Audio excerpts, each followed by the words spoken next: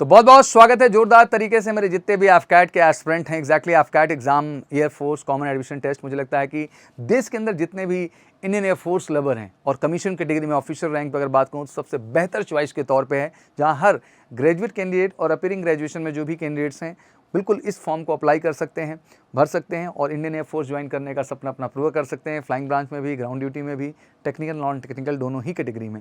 AFCAT की जब मैं बात करता हूं तो obviously Air Force common admission test इसको कहा जाता है। 2 बार कंडक्ट होता है। अभी जो हम फॉर्म भरने चल रहे हैं 2 दिसंबर से लेकर 31 दिसंबर तक, इसका एग्जाम फैब में होगा।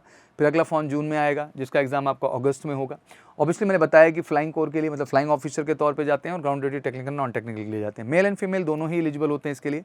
ऑब्वियसली शॉर्ट सर्विस कमीशन का भी ऑप्शन है, परमानेंट कमीशन का भी ऑप्शन है। दोनों ही तरह की अपॉर्चुनिटीज़ हैं फ्लाइंग से लेकर के ground duty technical and non technical category में। सब कैंडिडेट से कि sir short service commission entry होती है, दैट्स ट्रू, बट ऑब्वियसली आपके पास वहाँ जाने के बाद फर्दर अपॉर्चुनिटी होती है खुद को परमानेंट कमीशन में ले जाने के लिए।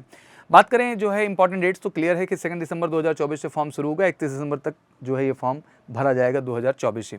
इसके बाद एलिजिबिलिटी तो obviously male and female both are eligible. The candidate obviously India का रेजिडेंट तो होना ही चाहिए। एज फ्लाइंग के लिए 20 से 24 मोटा मोटा है, ग्राउंड ड्यूटी के लिए 20 से 26 साल है। बाकी डिटेल एज मैंने एक स्पेशल वीडियो की थी, उस पर जरूर बताया हुआ, उस वीडियो को भी ध्यान से आप देख लीजिएगा एक बार। बात करें जो है सिलेबस एंड अदर पैटर्न की तो ऑब्वियसली आप देख सकते हैं कि इंग्लिश में क्या क्या टॉपिक हैं। Comprehension, error detection, synonym and antonym, sentence correction, complete the sentence, idiom and phrases. Numerical ability की बात करें तो डेसिमल फ्रैक्शन है, टाइम वर्क है, एवरेज है, प्रॉफिट एंड लॉस है, रेशियो प्रोपोर्शन है, सिंपल इंटरेस्ट है, टाइम एंड डिस्टेंस है। वहीं रीजनिंग एंड मिलिट्री एप्टीट्यूड में verbal reasoning and spatial ability हो गई। जनरल नॉलेज में history, geography, polity, current, general science, defence knowledge, arts and sports, culture, पूरा करंट जीके का पार्ट भी इसमें इंक्लूड किया जाता है। तो ये तो रहा डिटेल सिलेबस। अब कटऑफ पे आना है तो उससे पहले बता दूं कि करेक्ट आंसर के 3 क्वेश्चन मिल रहे हैं, इनकरेक्ट के 1, मतलब नेगेटिव मार्किंग 1/3 की है। तो भैया जो करना है सही करना। 100 क्वेश्चन है, ध्यान रखिएगा। और मुझे लगता है बेहतर परफॉर्मर होने के लिए 70 क्वेश्चन तो कम से कम आपके टारगेट होने चाहिए। कटऑफ एनालिसिस को देख लें।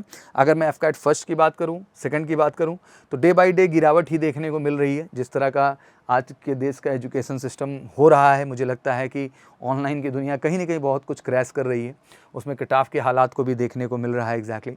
बट मैं कहना चाहता हूं कि देखो, लक्ष्य आपका 200 प्लस हमेशा होना चाहिए, बिकॉज वही सटीक लक्ष्य है और उसके लिए उस लेवल की प्रिपरेशन भी होनी बहुत ज़रूरी है। क्योंकि फाइनली एसएसबी के बाद फाइनल मेरिट आती है, उसमें अपने नाम को एश्योर करने के लिए आपके बेहतर स्कोर का होना ज़रूरी है। आप केवल जुगाड़ से रिटर्न निकाल ले रहे हैं तो वो आपकी सफलता का कारण नहीं बनेगा, बल्कि एक परफॉर्मर के तौर पर परफॉर्म करना पड़ेगा। और 100 क्वेश्चन में 70 क्वेश्चन का अप्रोच कोई बहुत बड़ा रॉकेट साइंस में नहीं डिस्कस कर रहा हूँ।